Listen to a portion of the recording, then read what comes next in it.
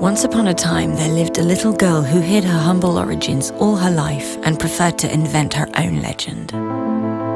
Once upon a time, Gabrielle Chanel was born under the sign of the Leo to a traveling peddler and a laundress who died at 32, exhausted by life. Once upon a time, there was a father who abandoned his 5 children and had his 3 daughters sent away to an orphanage. At 12 years old, Gabrielle would never see him again. Forever after, she pretended that he had left to make his way in America. Once upon a time, there was an orphanage behind the walls of a convent, the Abbey of Aubazine, where Gabrielle spent nearly 7 years.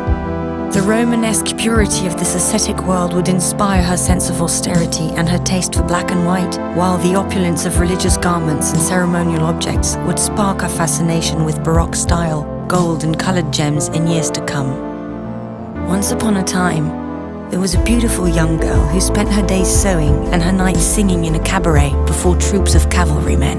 She was called Coco because she often sang, "Who's seen Coco in the Trocadero?" She always preferred to pretend that Coco was the nickname given to her by her father.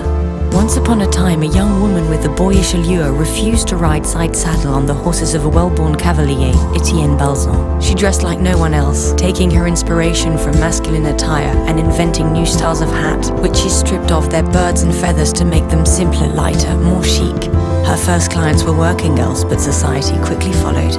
Once upon a time, there was a great love named Boya Capela. English, wealthy, and cultivated, he was the man of her dreams. He introduced her to literature, the Orient, and the esoteric. Boy helped Coco become Chanel. She decided to open her first boutiques in Paris, Deauville, and Biarritz.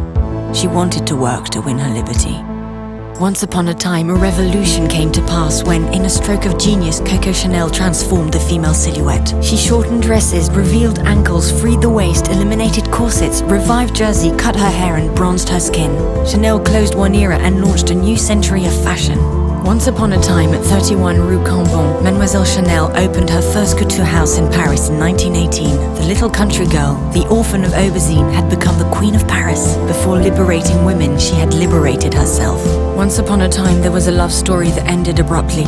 Boya Capela died in a car accident. For the first and last time, Coco Chanel was seen to cry.